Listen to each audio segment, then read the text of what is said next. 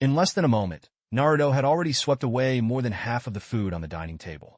But Hinata just kept chewing and swallowing slowly, occasionally looking up at Naruto, as if she had something to say. What is it? If you have something to say, don't keep it to yourself. Naruto naturally also discovered Hinata's strange expression, raised his head to look at her, and asked. Hinata took out the last small piece of bread in her hand and finished it, nodding and saying, Naruto, actually, if you want to share favors with Girin-san and Karen, I can accept it. I don't mind sharing men with other girls. Moreover, both of them are my really favorite sisters. Poof! Naruto was so shocked by her words that he spit out all the soy milk he had just poured into his mouth.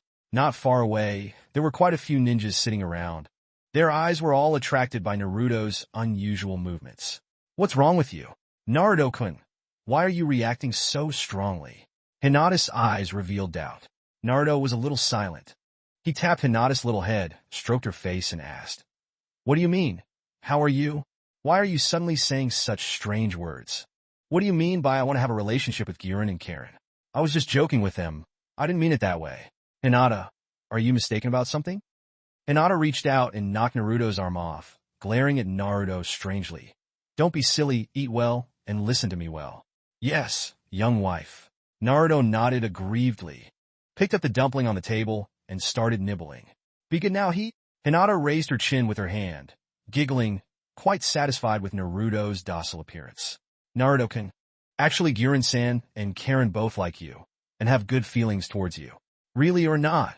Are you joking? Naruto stopped chewing the dumpling and looked at Hinata with a blank expression. Hinata seriously nodded and said without a doubt, Yes, both of them hid this human feeling very well. You probably wouldn't be able to see it at all. But I am a female student, so I naturally understand the thoughts of female students. That kind of gaze that likes someone, even if you try your best to hide it, can't escape a woman's sensitive thoughts. Yes, yes? They all like me, are you sure? Naruto pointed at his nose, still unable to believe it. Karen didn't like Sasuke before, so she was willing to follow him to develop in the land of waves? When did she ever like me? This is not very likely, right? As for Girin, as the second in command of the hidden village, she usually interacted with Naruto quite a bit. Apart from her casual personality that was not like a schoolgirl, I couldn't see where she showed any good feelings towards me. Hinata's words were so obvious that Naruto was left unable to refute them. Hinata nodded vigorously. Of course there is. Do I need to joke with you about this kind of thing? If you don't believe it, you can find an opportunity to investigate a bit, and then you'll know. Naruto looked confused. This? How to probe? Hinata scratched his chin, revealing a thoughtful expression. This, I haven't thought it through yet. Naruto silently shook his head, stood up, pulled her arm, and walked towards the outside of the restaurant. I think you should stop thinking about it. What the hell are you doing probing? Don't make a fuss and embarrass everyone. Hinata whispered. Maybe what I said is true, and that person really did fulfill his plan and was willing to accept the two of them. Naruto reached out and used his finger to press Hinata's small mouth, brought his ear to the past, and whispered threateningly, Don't mention this kind of thing again, otherwise I will take you home right now and deal with it on the spot. Hinata naturally heard the meaning of settle it on the spot, but what happened last night made her cheeks immediately flush red with embarrassment, and she raised her pale hands and pounded them on Naruto's chest. Humph! You are a pervert. You know how to bully me. Naruto grabbed Hinata's little hand, ignoring the gazes of passers-by, and pulled her. You were just trying to seduce me. I don't care. Let's leave today's official business to buy good a handle. I've already eaten my fill, so let's go home and eat first, then we'll talk. Naruto-kun, don't make a fuss. There are so many people watching. Wow! Flying Thunder God technique activated. Naruto carried Hinata back to the bedroom and threw her onto the bed. Land of Thunder Cloud Village. Somewhere above the town, two men wearing black robes were leisurely walking on the street, looking a bit out of place with the rustic villagers around them. One of these two people had long, shallow blue hair combed into a bun and carried a particularly large three-pointed sickle on his shoulder. Another person's face was covered with a black veil. His head was wrapped in a gray hood, revealing only a pair of green eyes, and his forehead, which wore the Dai Lang Country Ninja Tate forehead treasure, had a long cut. Hey! Is it appropriate for us to be so arrogant in other people's ninja village, and even with the purpose of capturing Jinchuriki? I always feel that this idea is a bit unreliable, huh? The man carrying the big sickle kept on chattering nonstop all the way. "Shut up, Haydn. If you dare bother me again, I will kill you." Kakuzu glared at Haydn with some discomfort, quickly walked forward and started walking. Haydn hurriedly caught up. Hey, you shouldn't say these words to me. Kill me. I am a very devout believer. Lord, evil God really won't accept a believer like me. This guy. Kakuzu was a bit helpless. Being teammates with this guy really made people feel a bit frustrated. But he was the only teammate who couldn't be killed, and was also the most suitable teammate. If it were someone else, Kakuzu would probably not be able to handle their temper and would deal with them at any moment. "What's wrong, little Kakuzu? Don't be so angry." The two of them took this kind of strange way of talking and walked through the alley for a long time, until they arrived at a somewhat deserted place. In front of the house was a single-door, single-family wooden house. Outside the wooden house was a flower garden. A blonde woman was holding a flower basket and standing in the bushes, picking flower petals. Two tails Yujito? The shape matches perfectly. She must be right. Kakuzu took out a piece of information from his chest, compared the flower-picking woman's appearance, confirmed that it was correct, then nodded in satisfaction. "Ah, that guy is the Two Tails Jinchuriki? Doesn't look like anything special." Haydn scratched his head, looking curiously at Yujito from top to bottom. "That outfit. You are Akatsuki?" Yujito naturally also saw two people standing outside the courtyard. The flower basket in her hand slipped and fell to the ground, her face covered with a solemn expression. "How come? These guys are appearing in the village without anyone noticing." Yujito muttered to herself, warily looking at the other two people. She highly valued the position of this Jinchuriki in the hearts of the villagers.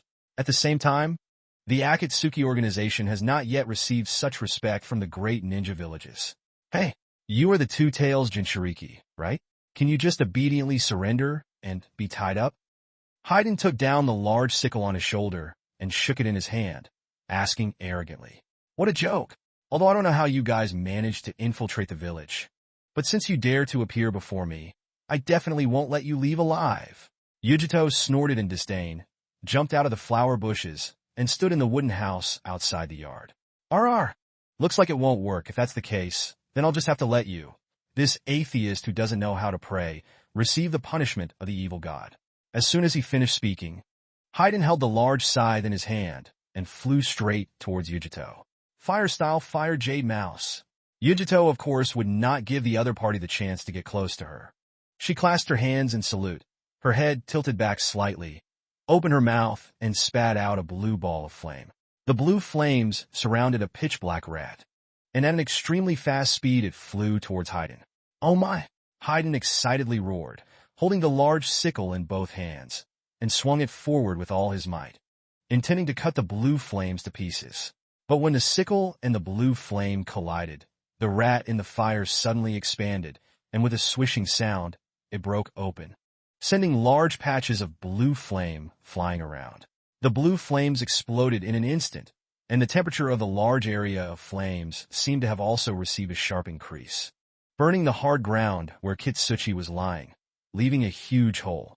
Although Haydn realized that the situation was not right, he wanted to retreat and avoid it, but because the distance between them was too close, the flames still splashed all over his body. At this moment, the black robe was burned into a large hole, and immediately the flesh inside was also burned black, emitting loud, sizzling sounds. "Oh, it hurts! It hurts, it hurts, it hurts!" Haydn let out a few miserable screams, his feet sliding far away from the ground, finally retreating out of the area where the flames were exploding. "Haydn, are you stupid? You know the inside of such a simple trick." Kakuzu stood to the side, not wanting to immediately attack, but was mocking his teammates.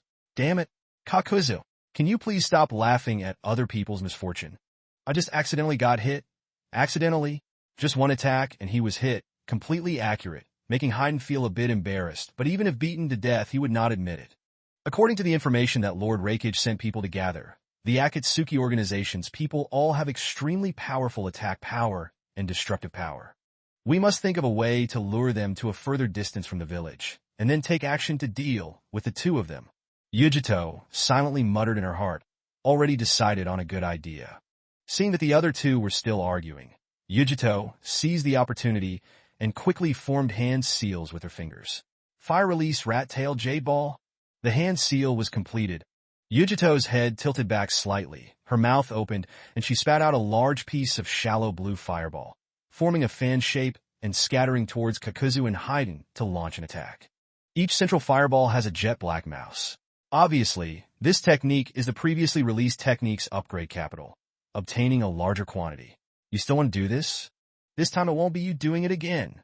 Haiden let go and jumped backwards, continuously dodging the fireball attacks left and right. But the situation is still the same as just now. Those blue fireballs reach the enemy's side. The mountain rats inside will immediately expand and explode. In just a flash, everywhere was scattered blue flames dancing. Haiden was forced to hide behind a large rock. Only then did he avoid this fierce attack. But Kakuzu looked much more relieved than Haiden. He has a special earth release ability that can make his body extremely hard. As his earth release seal finished condensing, his entire body's skin turned pitch black. Left dodge, right dodge. In the middle dodge most of the blue fireball attacks. The remaining flames splashed on his body. Kakuzu simply didn't even want to care. Except for burning a hole in the black cloak. It did not cause any damage to Kakuzu's body. Finally, the fireball violence ended.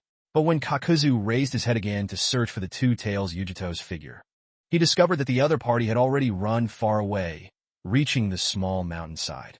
Haiden, chase him out here quickly. That guy wants to escape. We can't let her bring reinforcements.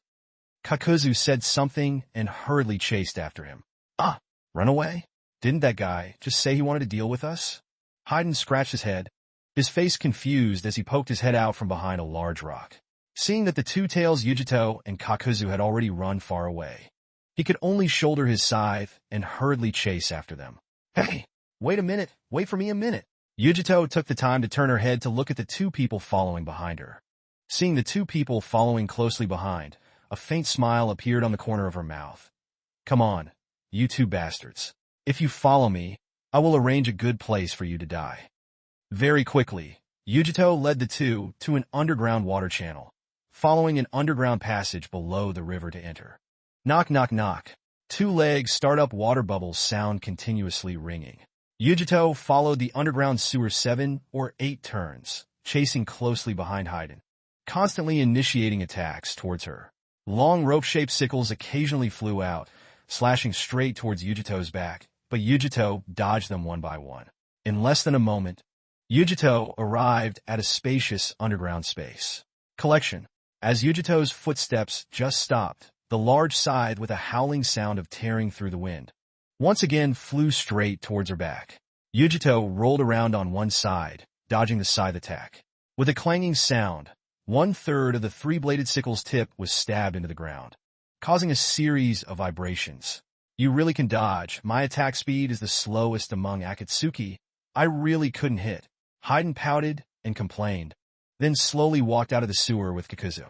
Yujito snorted lightly and said with disdain, I really didn't think you two could be so obedient and take the bait. Since you're so bold to dare to come here with me, then stay here forever and don't leave. Saying that, Yujito joined her palms together in a seal. Boom boom tilde tilde boom boom tilde tilde tilde. Explosions continuously rang out. The underground space around where several rivers originally flowed instantly appeared waves of fierce battles. A large block of rock was blasted down, completely blocking the river's entrance. Ah, did this guy intentionally bring us here? Haiden scratched his head. It should be like this. Kakuzu agreed, but was completely unmoved by the trap he had fallen into. Yujito was not prepared to talk nonsense with the other party anymore. A large amount of deep blue chakra energy emerged from her body, and her hair danced in the wind. Drink, as she let out a soft shout. Her facial expression turned like a ferocious beast. Her body slightly leaned forward. The entire surface of her body filled with deep blue chakra boiled and became more and more intense. In a flash, she transformed into a giant blue cat demon body. How this is the real Two Tails Matatabi? It really looks a bit scary. Haiden scratched his head, his eyes attracted by the monster before him, standing there for a moment without moving. Haiden, this guy can already perfectly control the tailed beast. Be careful. Kakuzu's right hand slightly lifted up. The entire arm would be red from the sleeve leaking out. Under the wrist there were tightly sewn curves, just about to automatically open the shuriken except to peel off. Godi! Airway roared angrily, his limbs suddenly stomped on the ground. A fierce tiger pounced towards the two people. The distance between Haydn and the two tails was less than 1 meter, when it swung a pair of huge cat claws, a sharp aura slashing through the air. Grabbing Haydn's skull. I will never die. These words are for you. Haydn quickly bent his knees and sat down, lowering his body to avoid the sharp cat claws. His two hands tightly gripped the hilt of the three-bladed sickle, and he swung it towards the two tails' body. The air-tail's limbs had just fallen to the ground, but she did not retreat but advanced, completely ignoring the opponent's scythe attack. Another huge cat claw suddenly grabbed Haydn's chest. This kind of trade injury method is risky, but the tailed beast's attack power is. The power is obviously not comparable to humans. Puffy. Puffy. The two attackers almost simultaneously hit each other's bodies. The two tails' huge cat claws fiercely attacked Haydn's chest, smashing his chest into flesh and blood. Splashed, the whole person flew backwards. A loud bang fell on the pile of rubble behind. The rocks inside stirred up large patches of dust. But at the same time Haydn's body flew out, the sharp tip of the great sickle, the three-bladed blade, also very cunningly broke through the two-tailed Jinchuriki Yujito's shoulder, leaving a deep cut that was enough to see the bone, fresh blood staining the hem of her clothes red. Yujito was in pain, but next to her was another Akatsuki member, standing on the side staring. She had no choice but to grit her teeth and manipulate the two tails Matatabi. The cat demon's body rapidly retreated, sliding a large distance behind the ground. At this moment, a smile appeared on his face. The opponent's chest bone was cracked. Blood was flying everywhere. In this kind of situation, there was no chance of survival. But he only injured his shoulder and did not lose his fighting ability. Next, he only needed to eliminate another Akatsuki member, and he would be able to successfully complete this siege mission. It hurts so much really. Such a serious injury will make the person in pain very miserable. Suddenly, the pile of rocks shook, then was lifted up and rolled down to both sides. The originally dead Haydn actually stood up again. Although his chest was covered in blood and flesh, even the broken ribs were clearly visible. Look, maybe this man is still alive and well. How come? This guy is not dead yet. Two Tails Jinchuriki Yujito's eyes widened, unable to believe everything she was seeing. Hey, Kakuzu, what the hell happened to you? Lien stood aside and watched. She was so badly injured, and you didn't even fight back. Haydn waved his hands. There was no way someone like that would loudly complain to his teammates. At the same time, he stepped out of the pile of rocks and onto a flat place on the ground. Bare ground, the tip of the foot lightly touched the chest, flowing down on the ground blood stains.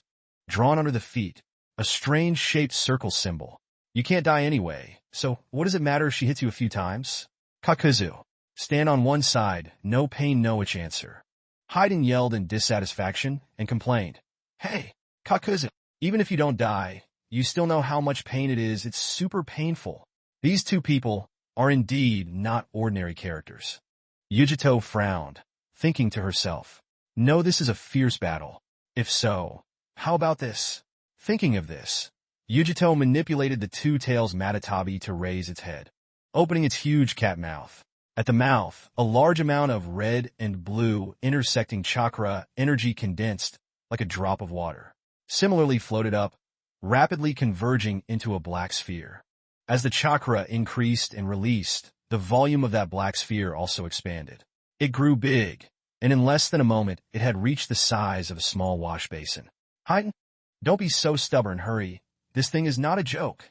Kakuzu's eyes never left the two tails Matatabi from beginning to end, seeing the black ball condensing from the other party's mouth.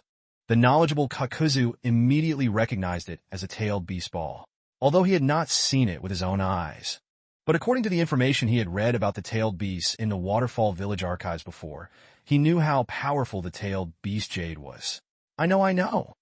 Haydn could not help but give in, although he could not understand. But can also feel that the black ball inside is extremely scary. Chakra energy. No longer daring to have playful thoughts, he quickly took out a black iron rod from his chest. Chasing after the two tails Matatabi released the tailed beast ball earlier. Haydn raised his iron rod, using the tip, sharp stab into his stomach. Puffy. The sound of sharp weapon entering flesh rang out. Half of the iron rod had pierced into Hayden's body. It hurts so much, H7. Because he used too much force this time, Hayden himself cried out in pain. His body can lie on the ground, slightly supine. Looking again at the opposite side more than 10 meters away, the two-tailed Matatabi's deep blue-tailed beast's cloak was wrapped around Yujito, a large bloody hole in its abdomen for no reason. Screaming miserably, blood spurted from its mouth, falling to the ground, writhing in pain, its entire body convulsing. And the tailed beast ball condensed in Matatabi's mouth also disappeared in a flash. Scattered, including that deep blue-tailed beast coat, also followed a period of writhing. There was no way to maintain the tailed beast's original form, and it dissipated into thin air. This guy is really hard to deal with. He injured me so badly. As expected of someone who can perfectly control a tailed beast Jinchuriki. Hayden wiped the blood from the corner of his mouth, used both hands to push himself up from the ground, grasped the black iron rod stuck in his abdomen, and pulled it out with force. Kakuzu also ignored Hayden, slowly stepped forward, lifted his leg, and kicked Yujito a bit, allowing her body turned over, confirming that she was really injured and fell into a coma, when this person just squatted down and grabbed her collar, lifting her up. Let's go. The roads here are all blocked. Which direction do you want me to go? Hayden complained. Kakuzu used that stupid look to look at Hayden. Push the rock away, follow. When it comes to the way out, Hayden said in an annoyed voice. Hey, Kakuzu, aren't you going to move it yourself? Jinchuriki was also solved by me. Why bother working so hard now? Aren't you being a little too rude? Jinchuriki, I didn't ask you to solve it. Leave it to me to handle. I've already taken her down. Stop talking nonsense. Quickly carry the rock. As Kakuzu spoke, another idle arm lifted up, making his palm peel off and fall down, connecting each black line towards the river entrance to grab the rock and go. Really, this kind of commanding tone really makes people uncomfortable. Hayden of Byakuya complained, but his body honestly went up and started moving the large rock. After a long while, the two workers finally got results. The piled-up gravel imported from the river were all moved away, and the light outside could be seen shining in. But before the two could slow down, a sizzle sound suddenly rang out in their ears. They glanced at each other, all knowing that this was the Akatsuki organization leader conducting the summoning. What? Is the leader afraid that we will be lazy? So he intentionally called on us to speak. Hayden scratched his head, asking doubtfully. Kakuzu shook his head, not ready to talk nonsense with this guy. He leaned against the cliff and sat down, his hands forming several special hand seals. Mister. Somewhere in a dark cave, colorful film lights continuously projected figures. The Akatsuki organization's 8 members all arrived. Except for the Devapath Pain and Conan. The remaining 6 people were all colorful figures projected by the movie lights. What? Boss? Why are you calling us at this time? Datara asked. Heavenly Dao Pain glanced at everyone and said in a low voice. Nothing. I just want to ask about your situation of collecting the tailed beasts and also have some new mission arrangements. Hayden said, I thought the leader wanted to see if we were lazy or not, Kakuzu, and I really just captured the two tails Jinchuriki. Heavenly Dao Pain nodded. Is that so? Very good. You guys quickly bring the two tails back to the meeting, then start the sealing work. Saying that, the Devapath Pain looked towards Deidara and Sasori and asked, How are you two searching for the 3 tails? Any results? Since the last time Sasori was defeated and brought back to Sand Village, his originally quiet and reserved personality became even more uncommunicative. Deidara also cooperated and replied, We haven't found it yet. We can't find the 3 tails' exact location for now. Hayden interrupted. What? I see that you two are clearly not looking seriously. You spent so much effort searching like Kakuzu and I. We would have found it. Deidara immediately got angry, pointed at Hayden and roared. You newbie, can you respect your seniors? How can we do things without you gesticulating? Need you, a newcomer, to command? Hayden snorted softly. I don't know which of those 2 guys failed when capturing the 9-tailed Jinchuriki, was beaten to the point of barely escaping, and now they're even using seniors as a shield. This bastard. Red Sand Sasori heard this. His eyes immediately filled with bloodshot, wishing he could immediately tear Hayden into pieces. The capture of the 9-tailed Jinchuriki by Sasori was the greatest humiliation of his life. He has become quiet these days completely because of this matter.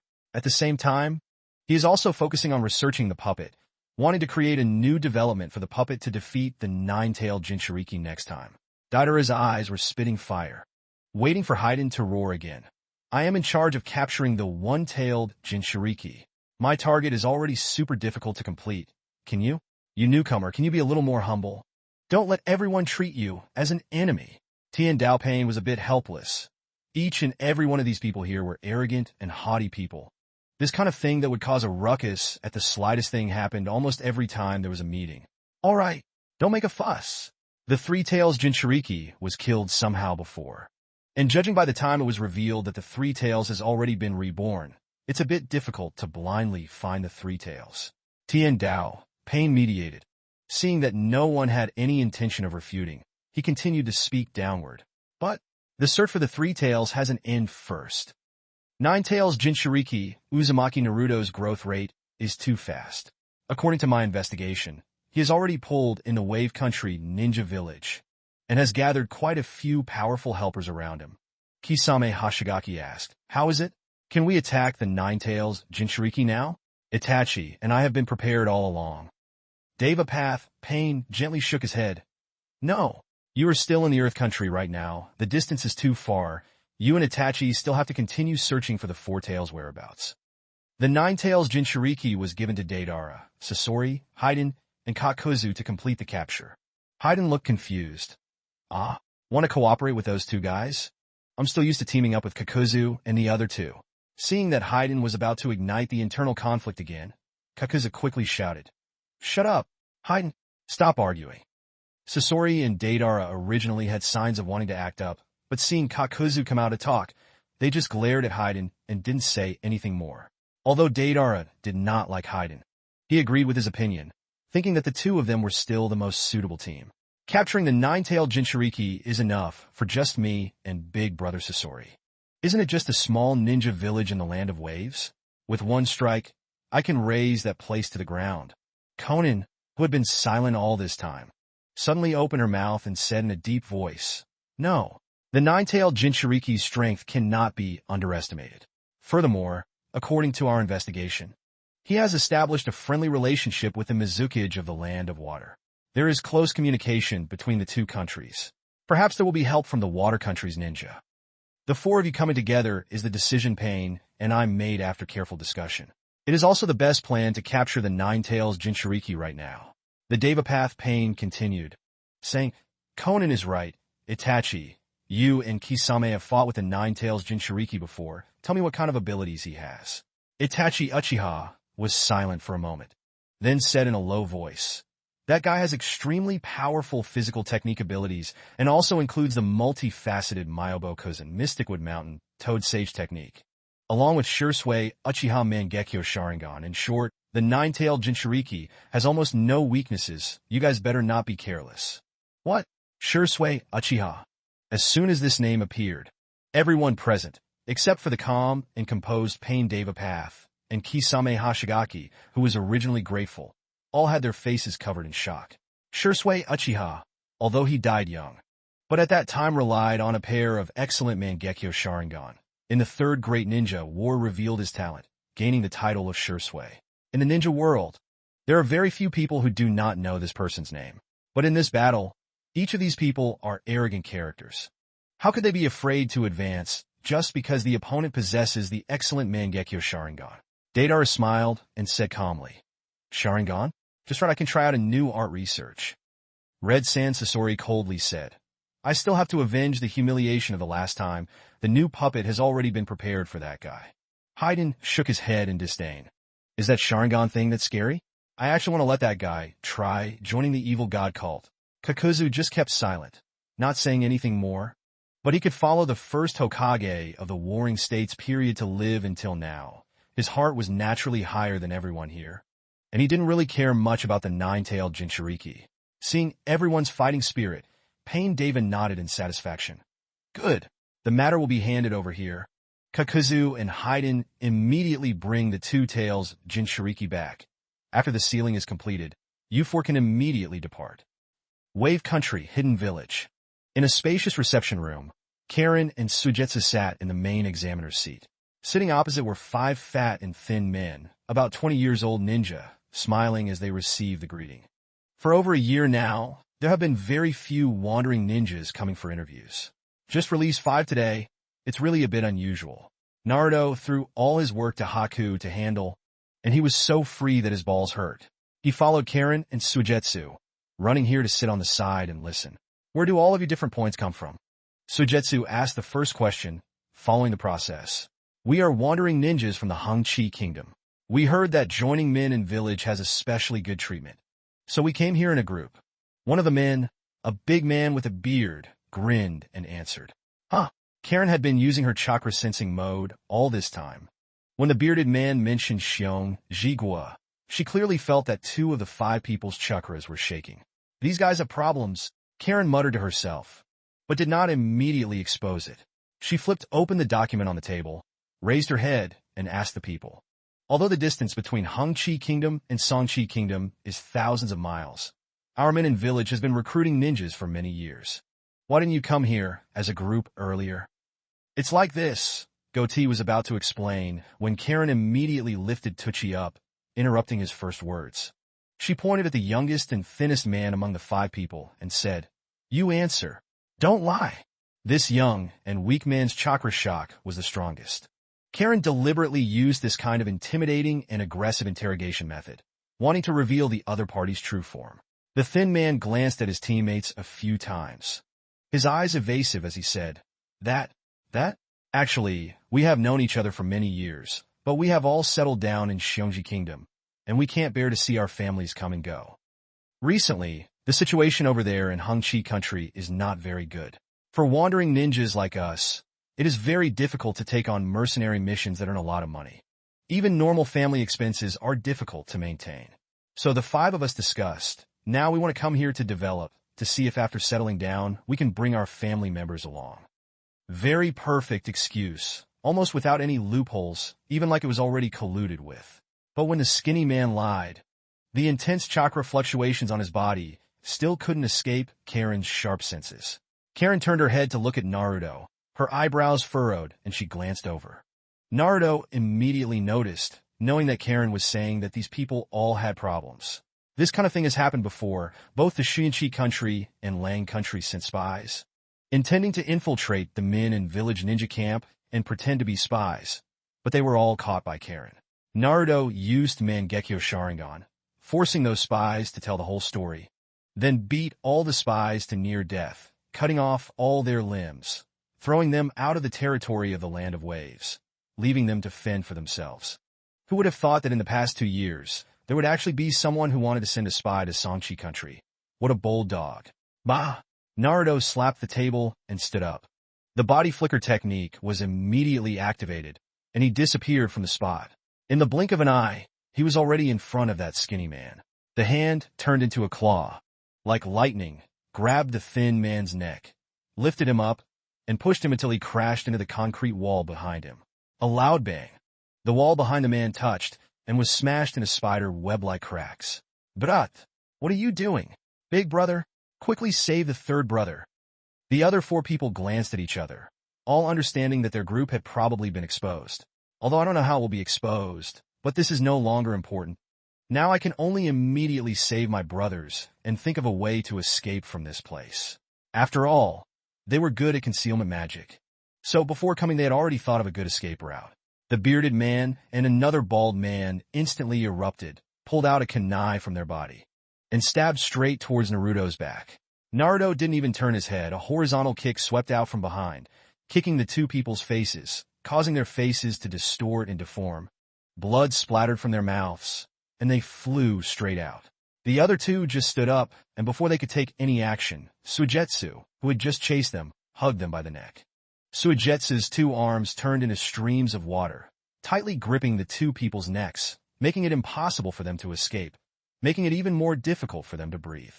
Unable to hold on for about 10 seconds, the 2 people on duty, Bai Yin, foamed at the mouth, fell to the ground, and fell into a coma. Sharingan! Mr. Naruto's blue pupils turned blood red. 3 pearls flew around rapidly within his pupils, and together with his hand, he grabbed the skinny man and faced him. Sharingan illusion technique activated. The thin man's eyes instantly turned dull. Like a retarded person, saliva flowed down from the corner of his mouth. Speak! Who sent you here? Naruto let go of the man's hand and put him down. It's Lord Suchikage. The thin man answered honestly. Naruto turned his head and glanced at Karen and Sujetsu, both seeing a trace of surprise in each other's eyes. Suchikage? Why is this old man playing tricks? Karen hurriedly reminded. Naruto asked Suchikage what mission they have arranged. Naruto nodded, repeating Karen's words to the skinny man once more. Lord Suchikage arranged for us to go to the hidden village of the Wave Country to pretend to be spies. Because Lord Suchikage investigated that hidden village was getting stronger and stronger, and was worried that it might become a competitor of the Earth Country in the future. So he wanted to arrange for his family to stay here early to obtain intelligence. Sujetsu crossed his arms and said in a low voice, This Suchikage is really interesting.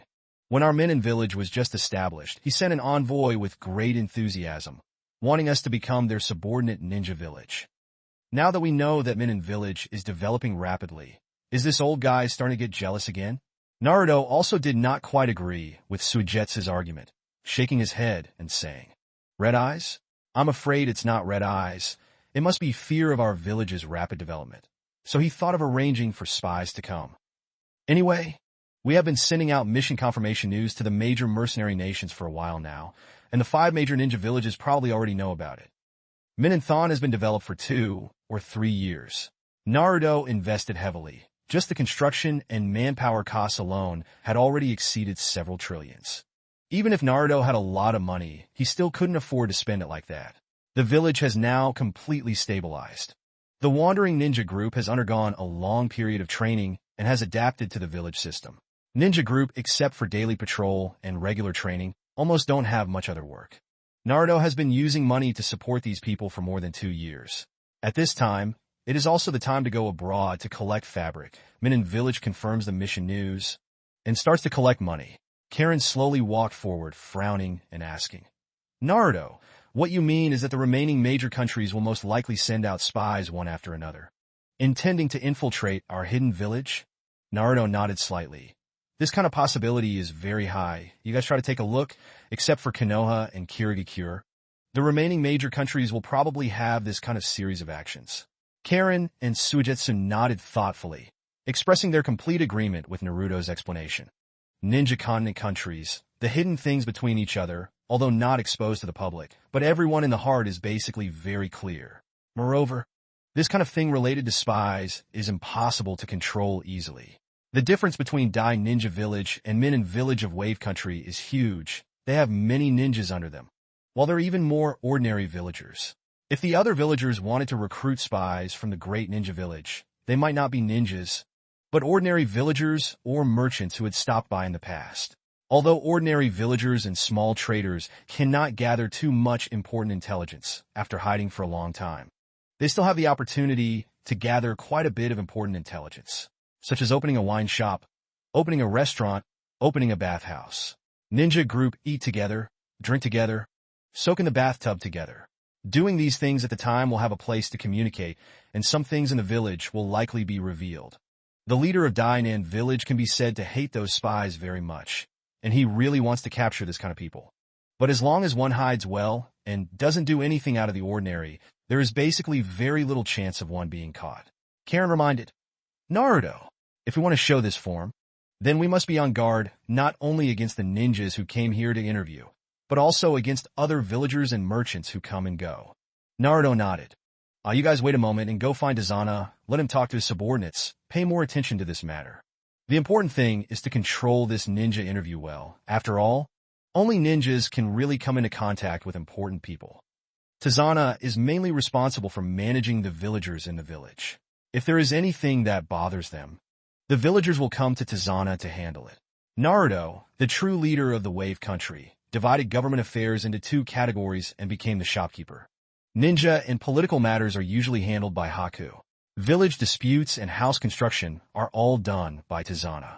Sujetsu held the back of his head with both hands and said with a faint smile, I'll wait a while, there's not much going on here, it's good to go out and get some fresh air.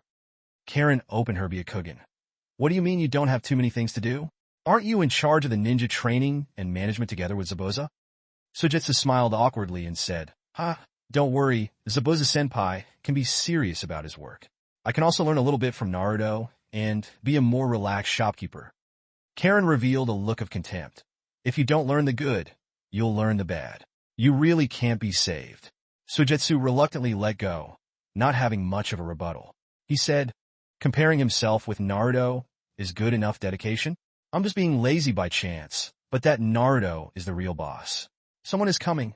Naruto gently knocked on the table and shouted in a low voice. Who? A man wearing a blue ninja outfit sneaked in from outside the room, squatted down on one knee in front of Naruto, lowered his head, and respectfully asked, Lord Naruto, what are your instructions? This ninja wears the Dai Hittite forehead shield on its head, with two overlapping wavy W-shaped markings in the center. This was the design that Haku had designed together with Hittite forehead treasure when he was ordering ninja costumes. It has been preserved ever since, becoming the Min and Village Ninja Hittite forehead treasure. Naruto pointed at the unconscious ninjas on the ground and said in a low voice, capture all 4 of them and put them in the prison and guard them closely. Speaking, Naruto kicked the leg of the skinny ninja and said, this guy, let's take him away first. After he wakes up, send him back and let him inform Lord Tsuchikage that if the other 4 are still alive, they will use money to ransom them. The blue-robed ninja respectfully nodded. Yes, Lord Naruto. The ransom price. How should I say it? Naruto raised his chin, thought for a moment, and said, let's set the price. Just take 10 million and 2 for a good head, a total of 40 million and 2. The blue-clothed ninja was stunned on the spot. 4 ninjas demanded 40 million and 2 ransoms. You were just using bright threats to blackmail them. However, he also knew his status and shouldn't ask about these matters. After nodding in agreement, he slowly retreated out of the room and ordered his subordinates to start moving people. Karen's eyes revealed doubt, asking, Naruto, isn't 40 million a bit too much? Tsuchikage probably won't obediently pay, right? Suigetsu said, I see that Naruto guy is deliberately tripping Tsuchikage up, wanting to make things difficult for him. Smart, you guessed correctly, but there is no reward. Naruto gave Suigetsu a thumbs up. Naruto is short of money? Not a bit missing. Just giving Mei Terumi 50 million 2 years a year is no different than giving away a large sum of money. But Naruto still happily gives it every year, just because Mei Terumi, this woman, is really not bad, worth befriending. Being taken advantage of by her is nothing. But Tsuchikage wanted to do this kind of despicable method behind the scenes, so Naruto wanted to intentionally make him suffer. How? You sent someone to my prison? Let's see what you can do to me. After Karen understood Naruto's meaning, she was still a little worried. Naruto, Netherworld is still in its development stage. Isn't it a bit bad to make enemies like this? Moreover, I heard that the Earth Country's Tsuchikage is a very stingy old man. If you go against him like this, I'm afraid he will hold a grudge against you even more. Naruto smiled faintly and shook his head. It's nothing. What can he do to me? It can't be like the Third Great Ninja War, when Konoha was facing enemies from 2 sides. He secretly sent 1,000 Stone Village ninjas to attack Konoha like that to attack us.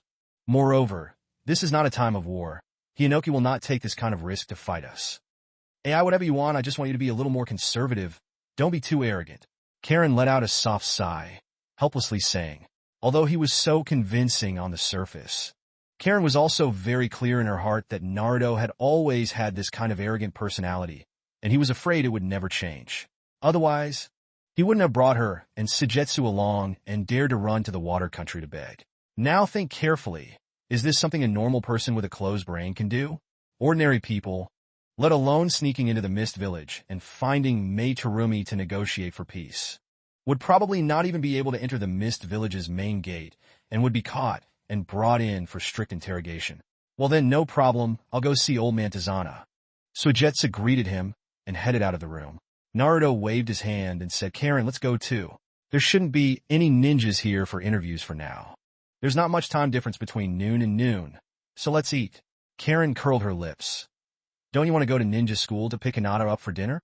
I don't want to eat with the 2 of you, just like that bright light bulb. Naruto awkwardly scratched his head. Ah, is that so? Then it's fine. As he spoke, Naruto also headed out of the room. Just as he reached the entrance of the stairs, in front of the green grass on the small path, a blue-clothed ninja ran towards him, stopped in front of Naruto, turned around and bowed. Lord Naruto, Mr. Bach is showing some abnormalities over there, and I want you to go over and help take a look. Abnormality? What abnormality? Naruto was a bit confused. Haku has been handling this government for several years now, and nothing has ever happened. Everything has been handled properly and clearly. How could something strange suddenly appear? The ninja revealed a trace of awkward smile and said, "It's like this. There was a lady who claimed to be a princess and brought an old servant to Mingyin village to announce a rental mission. It turns out that the lady was not satisfied with the ninja's mister by arrange for her, and they changed to several groups." "Ah, someone has come to our place to announce a rental mission so quickly? Very good." Naruto smiled, but noticed that he had not changed to a few groups of ninja. The other party was not satisfied with this matter. Mingyin village began to confirm the news of the rental mission. More than half a month ago, it had already announced to the major and minor countries' mercenary mission hall. Until now, the first single mission has been properly reached. This opening Kurenai mission, Naruto still has some interest. This time also did not ask more, beckoned and said, "Let's go. We go together to see what is the background of that princess." "Yes, Lord Naruto." The blue-clothed ninja breathed a sigh of relief. He was just in that group of dissatisfied princesses. When the princess heard that she was just Hanan, she immediately shouted for someone else to change. In less than a moment, Naruto passed through several main roads and arrived at the office below the hidden building. Downstairs, a carriage was stopped. The carriage's curtain was lifted and hung to one side. But there was no one inside. "Looks like this is the princess's throne." "Huh?" Naruto's eyes revealed doubt, seeing that the outside of the carriage had quite a few bumpy marks, like it had been slashed by a blade, probably from some sort of fight. "Sir Naruto." The two ninja guards downstairs respectfully turned around and saluted Naruto. "Yes." Naruto nodded, considering the conversation over, and slowly walked up the stairs to the second floor. Following the second floor corridor, just arrived at the office room not far away, immediately heard a woman's voice coming from inside. Although it was a standard imperial voice, her voice was filled with impatience. "I have told you many times, Xiao Rin cannot satisfy my mission requirements. He must be a chunin or above ninja." Haku's voice followed. "But Princess Harumi, the mission fee you pay us is only enough for a C-rank mission. And the escort mission itself will not have any ninja participating. So please rest assured, our ninjas are absolutely capable of taking it on." "No, absolutely not." Imperial Sister Een once again boldly shouted. "I thought that the newly established ninja village of Wave Country would be quite good. But you guys can't even satisfy your master's request? Can you even bring out a few decent chunin?" Naruto kept walking, pushing open the office door and entering. In the office, Haku sat behind his desk, looking helpless. And, working at the table opposite the window sill, next to the tea table, there stood an old man around 50 years old, and a very beautiful-looking girl. The old man folded his hands and placed them on his lower abdomen, as if he was used to this kind of servant-standing position. The other girl looked to be around 20 years old. She was sitting on the sofa, her face cold as she was looking at Haku intently. The girl had long, light gray hair that fell to her shoulders, with a fringe cut to her forehead. Her eyes were big, and her features were exquisite. What attracts the most attention is still her figure, which is called hot. Wearing a bra, white shoulder piece, tank top, lower abdomen are all exposed outside. The bra was very tight, but still could not cover up those two proud mountains. They were propped up high, and the deep valley in front of her chest could also be seen a bit. The lower body wears a pair of shorts, a pair of white straight long legs, also look very beautiful. This kind of looks in the ninja world, absolutely arranged to advanced group, compared with adult Hinata and Ino, also not inferior at all. Naruto stared at the little girl for a long time. So beautiful of the opposite sex, made Naruto's eyes dull, a little absent-minded. Only when he saw a flash of disgust in the girl's eyes did Naruto regain his senses, quickly retracting his gaze and awkwardly coughing twice. "What happened?" "Baka." Naruto, just outside the room, heard like he was in a fog, not knowing clearly what the situation was. "Naruto, you finally came." Haku's eyes lit up, as if he had seen his savior. All these years, handling government affairs has always been a bit on paper. Haku wondered about contacting and bargaining with others. It's not something he's good at. Moreover, this Princess Harumi in front of him is really a bit unreasonable. Next, Haku told Naruto the general situation. This Princess Harumi, who calls herself the princess of the Tai Chi Kingdom, conveniently came to Minin Village to find some powerful ninja to escort her and the old servant back to the Tai Chi Kingdom. Escort-type mission belongs to C-class only. The rental fee for assigning a mission is roughly between 30 to 50,000 taels, and the ninja that can be arranged are only at this level of the Infernal Ninja. Generally speaking, for C-rank missions, the most likely scenario is that there will be bandits or thieves blocking the way, requiring the ninja group to send out Tuchi to attack. Therefore, the C-grade mission arranged by Xiao Run is completely sufficient. But after Haku arranged for several groups of ninjas to come, Princess Harumi was still unwilling to accept them, saying that at least she should be arranged for a Chunin level or above ninja. Haku may get into trouble this time. Mingyin Village was established not long ago. The wandering ninja who came to seek help were all people without any resources. They were basically all Juin, and their aptitude was not outstanding. After 2 years of cultivation and training, not many of them reached the Chunin level. Among those ninja in the Mist Village, there are also quite a few who are at the Chunin level. But the problem is that Princess Harumi's character. He doesn't meet the Chunin standard of action. If such a thing sets a precedent, in the future, when Minin Village welcomes more characters, there will likely be chaotic situations. Other people can arrange C-rank missions for Zongnin, but we can't? Then I will not give you the mission here, go to other villages and die. This matter is the key difficulty of Haku. Don't worry, I'll hand over 50,000 taels of rent, just as a deposit. Once you can safely bring me back to Tai Chi country, I'll hand over the full rent. Harumi sat on the side, listening to Haku and Naruto's conversation and reports. Is this young man the real manager of Minin Village? Harumi secretly grunted, looking at Naruto up and down, and began to evaluate him. Judging by the look he gave her just now, she must have been attracted by her beauty. If they still don't want to accept the conditions I mentioned, maybe I can use beauty to seduce that young man? No, Harumi, what the hell are you thinking? Harumi shook her head vigorously, clearing away all these chaotic thoughts in her mind. No matter what, as the princess of Tai Chi country, she would not be so weak as to save her life and sell her body to do such despicable things. It's true that if we don't find a way to quickly return to Tai Chi Kingdom, Father's life will definitely be in danger sooner or later. Harumi's thoughts were racing, and her entire body became more and more anxious. We have accepted this mission, Princess Harumi. Please rest assured, I will personally escort you back to the kingdom of Taiji. Naruto turned his head to look at Harumi, responding with a polite smile. From the obvious traces of fighting on the carriage that had just gotten off, as well as Harumi's strange request, Naruto had already guessed that this mission might not be that simple. But no matter what, this time the mission is the first mission that Minin Village has received. The reward for opening the gate Kurenai must be taken down. What? Naruto, you want to go yourself? Haku looked confused, not understanding why Naruto suddenly made such a decision. Is it because that girl's appearance is beautiful that Naruto's sexual desire is so great? Without waiting for Naruto to reply, Harumi asked, Excuse me, I would like to ask, what is your strength standard, little brother? If you have not reached the level of Chunin, I cannot accept this mission you are taking. Me? Naruto pointed at his nose, a bit at a loss, never thinking that one day he would be questioned about his strength. Haku laughed out loud. Princess Harumi, you must have seen it too. He is the leader of our hidden village. Do you think the leader's strength will be weak? So, what is his standard strength?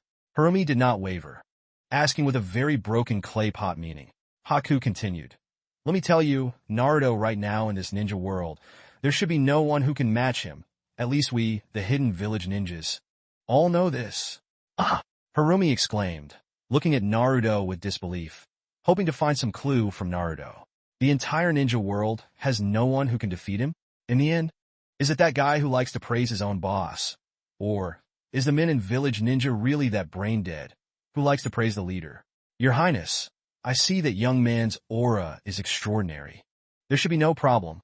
The old servant turned around slightly and whispered in Harumi's ear. Good, then you escort us on our way. Harumi listened to the old servant's suggestion and smiled at Naruto. So, when do we leave? I hope as soon as possible. Norus. Naruto waved his hand, turned his head, and said uselessly, Brother Bai, let me go call those 3 little guys inside Inari. This mission I will bring the 3 of them out to take a look. Inari inside is now 11 years old.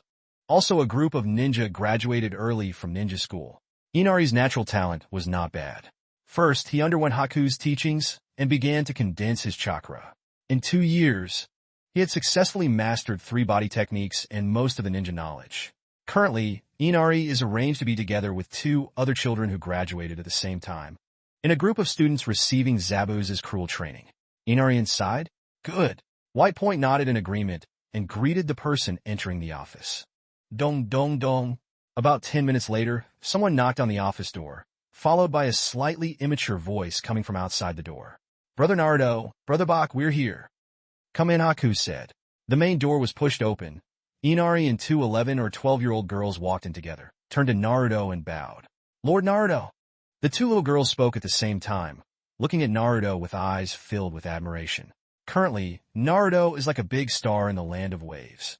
Not only is he loved by the villagers, this young ninja is also very popular. Naruto, big brother. Inari happily called out inside. He still kept his previous title. Yes, come. Do you know why I came here? Naruto asked. Among the 3, a black-haired girl with a ponytail raised her hand and took a step forward, saying, I know, Lord Naruto. The ninja who just called us here said that he seems to want to give us a mission. Naruto was quite satisfied with this clever girl. He smiled and nodded. Yes, it's just like you said. Today the 3 of you will carry out an escort mission. Escort Princess Harumi back to the kingdom of Taiji. I will bring you all back together. As he spoke, Naruto lifted his finger and pointed at Harumi sitting under the windowsill. Really? That's great. As soon as they heard that there was a chance to go to the village, the 3 little guys jumped happily on the spot. Ever since more than 2 years ago, when Song Chi Kwok built a fortress to guard the city walls, the children had very few opportunities to go out. Now not only can they receive missions in and out of the village, but Naruto is also leading them along. Their mood instantly becomes extremely excited.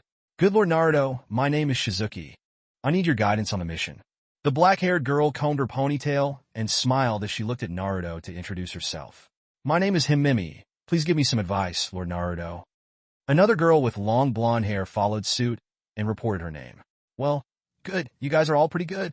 Naruto smiled and glanced at the 2 girls. They were beautiful and had handsome features. When they got older, he wondered how many boys in the village would be able to charm them. Being able to complete the ninja school curriculum in 2 years is enough to prove that these 2 girls are both extremely outstanding. In the future, they can be the pillars of the hidden village. They must be well nurtured. Inari inside just wanted to learn the 2 girls' manner of introducing. Was hit on the head by Naruto. You don't need to introduce us. We are all so familiar. Naruto said with a faint smile. Yes. Inari nodded her head vigorously. Being able to get to know a great figure from the Wave Nation like Naruto made Inari feel very honored. Before, when Inari discussed this matter in school, people ridiculed him for deliberately clinging to relationships and putting gold on his face. This is not. Right now, Shizuki and Himimi 2 people threw that envious gaze, causing Inari inside to instantly feel a moment of secret joy. Knock, knock, knock. At this moment, a series of footsteps echoed in the hallway. The crowd was attracted by this sound, and all looked towards the gate. In less than a moment, Guren and the 5 disciples walked side by side, holding a document in their hands, and walked out the door. Seeing so many people in the room looking at them immediately made these 2 people a bit surprised. What happened? Guren asked suspiciously. Naruto shook his head. It's nothing. You 2 came at the right time. I was about to lead people to the village to carry out a mission. These past few days, I've had to trouble you guys to take care of things in the village. Out of the village? Guren was slightly surprised, turned his head to look at the master and servant Harumi under the windowsill, and instantly understood something. Minin Village announced the confirmation of the mission. Guren naturally knew everything. Slightly amazed by Harumi's beautiful appearance, Guren did not express much, but looked at Naruto again and asked, What exactly is this mission? If you need to work, go out yourself. Nothing, just escorting a mission. Naruto casually agreed, and instructed the 3 little guys, Himemi, Shizuki, and Ari. You 3 immediately return home to pack your luggage. Gather under the building in 20 minutes. We'll prepare to depart. Yes, Lord Naruto. The 3 little guys were extremely excited, bowed deeply to Naruto, turned around, and rushed out the door. Guren frowned and thought for a moment, then asked Naruto again. Escort-type mission? Isn't this a C-rank mission? Why do you want to personally escort? Isn't it because you're drooling over someone's beauty? As he spoke, Guren's eyes unintentionally or intentionally glanced at Harumi. The voice was not small. Harumi also heard this, her face slightly flushed. Haku thought to himself, Guren, you asked a very good question. I just thought of asking the same thing, but I didn't have the good intentions to ask it. 10. What drooling beauty! Seeing that everyone in the room was looking at him with a somewhat strange gaze, Naruto's face turned red and he stammered in his defense. Guren, can you please not deviate from what you want? I went purely because I was bored waiting in the country of waves. I wanted to go out for a walk. Moreover, it is time for the three of them, Inari, to be well-trained and sent out to gain some experience. These two reasons are not the same. I just want to go myself. Really? Guren still didn't quite believe it, looking at Naruto with a doubtful expression. That Naruto has a bit of a lustful personality. She has known him relatively well after all these years of living together. General love also has nothing to do with these girls taking advantage of the body. Although this guy has never done anything out of the ordinary, lust is still lust. Believe it or not, on the contrary, I have no shame in my conscience. I am pure. I keep myself clean. I am pure as ice and jade. I come out of muddy water without being tainted. Good. I know you are the world's #1 pure man. Don't brag. Guren heard a moment of flipping Byakuya. This guy's skin is really thick. He's trying to cover his face with gold. This verbal fight between the two of them made everyone in the room laugh at Ichikaru. Always speaking with meaning, also could not help but the corner of the mouth slightly moved. Princess Harumi, who was heavily burdened, also happily laughed, briefly forgetting her worries. Continuing to chat for a while. Looking at the time, it was almost time. Only then did Naruto turn his head to look in Harumi's direction and say, Princess Harumi, let's go, in order not to delay your matter. We will set off immediately. Yes. Harumi nodded vigorously, stood up, and quickly walked out the door with the old servant, without much interaction. As a group of people went downstairs, Inari inside 3 people just fit each person carrying a bag, jogging to run to the green road outside the office building. Naruto-sama, we are ready. Inari smiled and waved his hand. Yes. Good. Then let's get going. Naruto nodded in agreement and immediately headed towards Harumi's carriage. Let's go, Princess Harumi, let's go. Harumi Sovin, with the old servant's support, climbed into the carriage and got inside the carriage. Naruto followed closely behind, entered the carriage, and got off opposite Harumi. Just as Inari and the other 3 were about to get on the carriage, Naruto shouted at them to stop. Wait a minute. You 3 don't need to sit in the carriage. Just follow behind the carriage and run forward. The 3 people looked stunned, somewhat unable to believe the news they heard. Seeing Naruto seriously nod to them, the 3 people's just excited smiles, because they could leave the village, immediately disappeared without a trace. Himemi waved her small hands, discontentedly saying, No way, Naruto-sama! Are you really planning to let the 3 of us run forward? Then we can't tire ourselves to death. Shizuki nodded his head like he was pounding garlic, and said in agreement, That's right, Lord Naruto. The Kingdom of Tai is a full 3 to 4 days' journey from our Kingdom of Waves. If the 3 of us were to use the jogging method to advance. Inari inside, although he didn't say anything, but he also didn't want to really run forward, but he was too tired. No acting cute and spoiled. This is useless to me. Naruto deliberately put on a stern expression, his expression hard as he spoke. Seeing Naruto being so serious towards these little ninjas, Harumi quickly spoke up to persuade them. Why don't we just let them take the car? The journey is really far. Besides, if something unexpected happens on the way, all their physical strength will be exhausted, and they won't have the energy to fight anymore. Yes.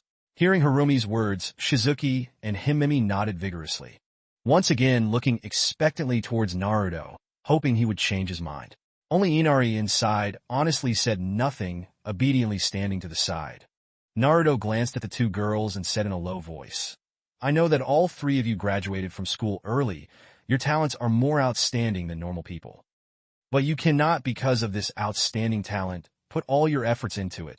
This will only cause your strength to stagnate, and your strength in the future will not have much improvement. This talent can at most support you to reach the level of special Jinchuriki. Naruto's words were something the 3 little guys in front of him couldn't figure out. They're still playing around in their youth, looking towards the outside world to spend some time, and because of their own outstanding talent, they're already at the beginning, so they won't pay too much attention to things like effort. This time, Naruto directly pointed out the main point. The three little guys were immediately stunned and stood there, falling into deep thought. Inari first regained his composure, his eyes filled with determination. I don't need to just stop at the special Jonin level. I have to be like Big Brother Naruto.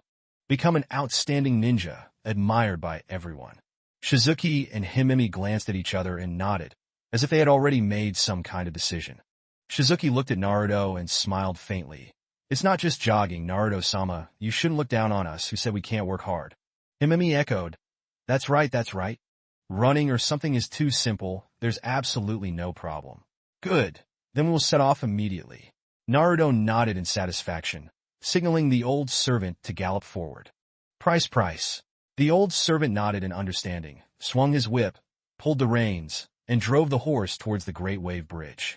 In the carriage, Harumi's eyes occasionally glanced at Naruto, but she did not open her mouth to speak.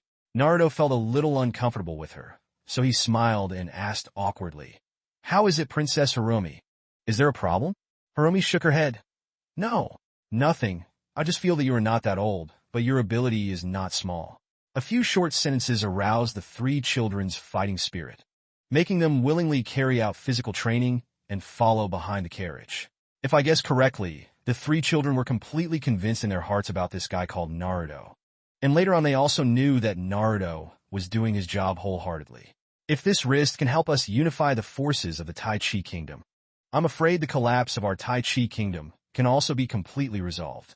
Harumi muttered silently, unconsciously giving birth to a trace of appreciation and curiosity towards the man inside the carriage who was about the same age as her.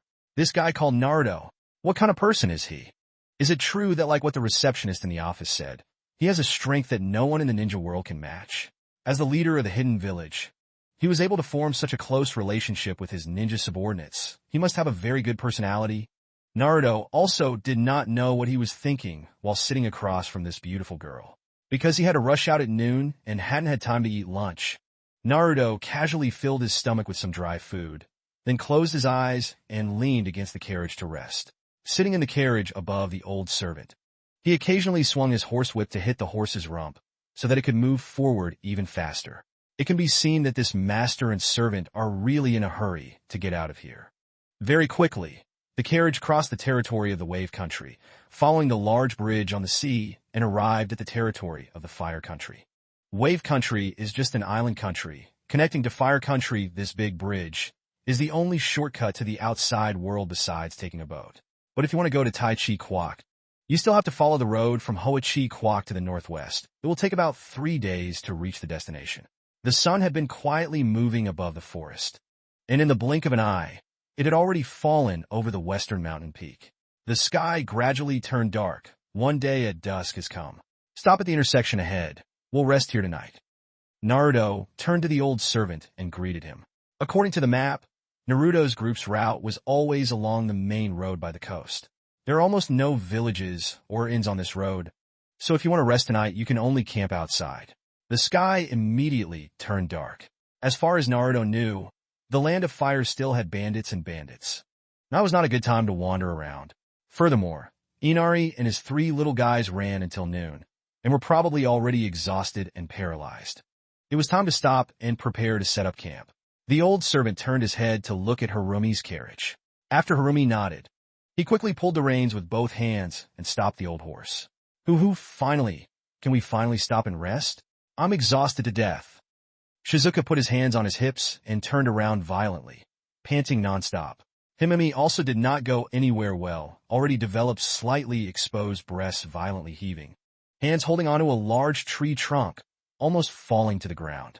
Inari's condition inside was a bit better, although she was also tired and sweaty. But because she often received Haku's guidance and training, her physical fitness was much better than the 2 girls. Good. We will camp here tonight. You 3 have worked hard. Quickly sit down and have a drink, Naruto said with a smile. Inari took out a kettle from his backpack and poured a sip, then waved his sleeve. Big Brother Naruto, we still need to set up camp and set up a tent, and we still need to go hunting and prepare dinner tonight. I can still endure it. We're both fine. Himemi and Shizuki were a bit reluctant, but they both tried their best to support each other. Naruto walked forward, pressed down on the three little guys' shoulders, and made them sit down against the big tree. Okay, listen. No need to be so stubborn anymore. I am willing to let you rest. As for setting up tents and hunting, leave it to me to take care of. As he spoke, Naruto removed the shadow clone hand seal with both hands. Kakebunsin no Jutsu, Sado clone technique. Three identical Naruto figures emerged and stood beside Naruto. One person sets up tents to tidy up the camp. One person goes around collecting firewood. One person goes around looking for prey to prepare dinner. Naruto casually ordered. Ah! The clones all exclaimed in agreement, turned around, and started their own work. Naruto, big brother, your technique is too convenient. Sitting against the big tree resting inside Inari. His eyes immediately lit up. Splitting into so many clones or something like that is too cruel. Want to learn? I will teach you. Naruto smiled faintly. Really? You're not lying to me? Inari was so happy inside that she didn't even care about the aching muscles all over her body. She stood up and ran towards Naruto. Shizuki and Himemi immediately couldn't sit still, let go of the kettle in their hands, and limped towards Naruto. The two girls walked quickly and encountered Inari's footwork. One hand pushed Inari's back, the other pulled Naruto's arm, and started to act cute. Shizuki muttered to herself, shaking Naruto's arm. Sir Naruto, you can't be so unfair. Can you teach me a little? Himemi blinked, her expression miserable. Sir Naruto, I also want to learn. Can you teach me that ninjutsu? Inari stood outside from the inside, honestly scratching his head, a little at a loss. What happened? Naruto, big brother, clearly agreed to teach me. How come he was surpassed by these two women? Okay, don't make a fuss now. Is not the time to learn ninjutsu. All of you obediently go sit down and have a good rest. Naruto broke free from the two girls hugging his arms, reaching out and gently tapping on the two people's heads. Yes. Shizuki and Himemi stuck out their tongues, once again moving their aching legs towards the big tree they were sitting on just now. Estimated past more than half an hour. The three Naruto Shadow Clones group completed their work one by one. One person brought the tent to sleep at night to set up 5 small single tents. Inside square spread out, put some weeds from the surrounding found. On the weed bed put sleeping bags. Another person jumped over the surrounding big tree, broke off some of the withered branches on the tree, threw them down, and piled them together to start a fire. Finally returned to Shadow Clone. The harvest was indeed not small. On the shoulder carrying a small-sized wild boar, crawled out from the dense forest. Ah, have you eaten pork tonight? Himemi saw a wild boar, and her mind automatically conjured up the fragrant smell of pork. At noon, the three of them were like Naruto. They left for the mission too quickly. They didn't even have lunch. Very quickly, the wild boar was skinned by the three Naruto Shadow Clones and was cleaned up by a pond at the foot of the mountain. Rub the pork with salt and a little seasoning. Use a sturdy wooden stick to rub the entire pork through. Place it over the campfire and start roasting. At this time, the sky was completely dark. Not knowing whether it was going to rain or not, the moon had not appeared tonight. Only this pile of fire could illuminate the surrounding environment. The oil from the wild boar was grilled until it occasionally dripped down, splashing onto the fire above, making popping sounds. The crowd sat around the fire, the firelight highlighting their faces, sometimes bright, sometimes dark. Inari, one of the three people, had probably been running until noon. She was so exhausted that she almost hugged her knees with both hands, her chin resting on her knees, and her eyes were tightly closed. Harumi and the old servant just sat by the fire, silently staring, not saying a word. The atmosphere was a bit quiet for a moment, but after about half an hour, the wild boar meat seemed to have been roasted to almost perfection. The skin turned golden brown, emitting waves of fragrant thunder. Himemi sniffed and suddenly opened her eyes. Ah, it smells so good. Shizuki and Inari also sat up straight, their eyes staring straight at the wild boar grilled on the shelf. Okay, everyone is hungry, we can start eating, Naruto said, picked up a clean kunai and palm leaves, cut the next piece of pork leg, and placed it on the palm leaves, and handed it to Harumi. Princess Harumi, you're the guest, you eat first. Thank you. Harumi looked up at the steaming hot pork leg in front of her, couldn't help but swallow a mouthful of saliva, and wasn't too polite, took it in her hand, blew on it, and began to enjoy it. Naruto continued to cut the pork, giving each person a few portions. and only started eating the last one himself. Wait a while, and it won't be enough to eat, so do it yourself. If you can't finish it, we'll pack it and save it to eat tomorrow. Naruto chewed the pork while speaking to everyone. Let's not talk about it. Although this is only Naruto's second time eating grilled meat, but in short, the taste is considered not bad. Princess Harumi chewed and swallowed slowly. Only ate the piece of pork that Naruto gave her in the past, then put down the leaf in her hand. Shizuki and Himemi, the two girls, did not have any scruples about eating. They ate like hungry tigers. After giving him the meat in their hands, they took the kunai and started cutting off a piece of pork. Very quickly, the crowd ate their fill, and they all touched their stomachs in satisfaction. This kind of feeling of being extremely hungry and having a full stomach is really quite good. Shizuki grabbed the orange t-shirt collar and sniffed it, immediately revealing a look of disgust. Oh, there's such a strong smell of sweat. I really can't stand it. Himemi also grabbed the sleeve and sniffed, similarly unable to help but frown. Naruto pointed to the pond at the foot of the mountain and said, "If you guys are not feeling well, you can go take a bath in the pond over there. Just got a new job not long ago. Taking a cold shower shouldn't be a big problem." "Really? It's really dark over there." Himemi looked towards the direction of the pond, a trace of hesitation flashing in her eyes. Shizuki grabbed Himemi's arm, suddenly stood up, and comforted her. "It's okay, Himemi. Let's go together." Saying that, Shizuki looked towards Harumi and asked, "Princess Harumi, do you want to take a bath together?" Harumi waved her sleeve. "No, you two go. I sat in the car without sweating. My body is considered clean." "All right then." Shizuki nodded, pulled Himemi back to his own small tent, grabbed his backpack, and headed towards the other side of the pond. Naruto also stood up, took down the remaining half of the pork on the grill, and walked towards the other side of the carriage. "I will put the pork on the cart first. We can reheat it tomorrow and continue eating it. This kind of meat will not change its flavor over time." Harumi frowned, hearing that he wanted to put pork in his carriage. She was a little unhappy, but she didn't say anything more, just looked at Naruto. Then picked up a piece of dry wood and walked towards the campfire. Just as Naruto had just placed the pork on the carriage frame and was about to climb into the carriage, the pond on the other side suddenly let out a hissing sound. What happened? Naruto was nervous. He quickly jumped down from the carriage and ran towards the other side of the pond. Just then, a piercing scream came from a girl. On the other side of the pond, there were only Himemi and Shizuki, two girls. Something must have happened. Running in the middle, Naruto formed seals with both hands and released a fireball towards the direction of the pond. Ketan, Inden, fire release, flame bullet. There was no lighting tool on him right now, and it was pitch black at night. Naruto could only think of this method to go see what was going on over there in the clear water pond. But apart, the fire line that came out from Naruto's mouth quickly condensed into a fireball, tilting and undulating as it shot towards the sky.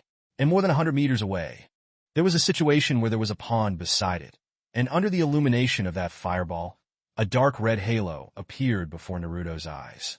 Shizuku was now completely enveloped in light.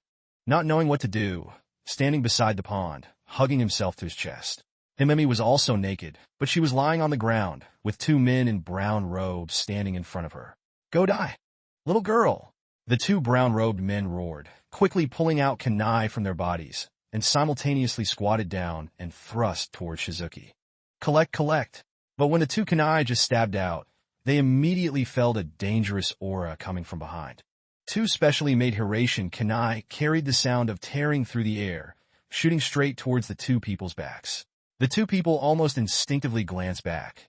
Using the remaining light from the fireball in the sky that had not yet extinguished, they looked at the danger coming from behind. "Watch out! Lu Ming!" A bald man in a long robe loudly reminded his teammates. At the same time, he also gave up attacking Himemi, clenched the kunai in his hand, and swung it back. Ding! The kunai was hit by the bald man in the long coat. Sparks flew off and flew to one side.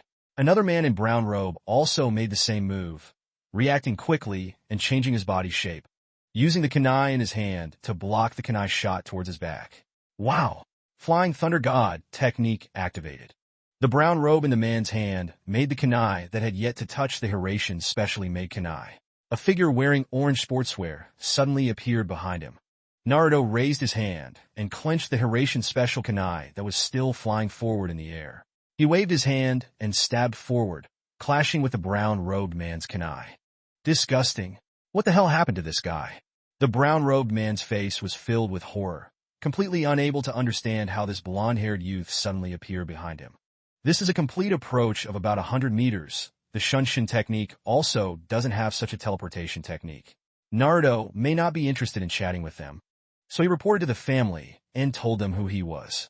While the two were still a bit stunned, Naruto's hands and feet came out at the same time, one by one sending the two men flying. Break, break. Ah! A miserable scream rang out. Two men with blood in their mouths flew straight backwards. Because at this time the fireball in the sky had already gone out, Naruto was unable to see clearly whether the two men were alive or dead. Only heard a loud noise from the front of the pond, like something heavy entered the pond. Must be the two men who were sent flying. Just now, the 2 times Naruto used his demonic power. Even if the two men didn't die, they would probably lose a layer of skin and become crippled for life. Luckily, no one cared about them anymore. Himemi, how are you? Is everything okay over there? Naruto asked with a slightly impatient voice, then stopped in place and did not move. Just now, under the illumination of the fireball, Naruto clearly saw that the two girls were not wearing any clothes. This kind of time is still not good to casually go up, lest touching their bodies cause some unnecessary misunderstanding. Maybe just now Naruto also saw Himemi lying on the ground. Her body seemed to have some bloodline, most likely injured. That's why she was anxious. Nessa, I feel like I'm bleeding. Am I going to die? Woo woo woo. Himemi carried a clear, choked voice. She had never left the village before. This was her first time going out to carry out a mission, and was naturally very confused by her injuries. Bleeding? Really? Just saw it, and it was true. This little girl was really injured. Shizuki! Shizuki, where are you? Hurry up and come here and see Himemi's situation. Naruto shouted a few times, wanting Shizuku to come over and help. Naruto-sama. I don't know where this is either. Let's shine some light on the thing those two just took into the water. This place is really dark.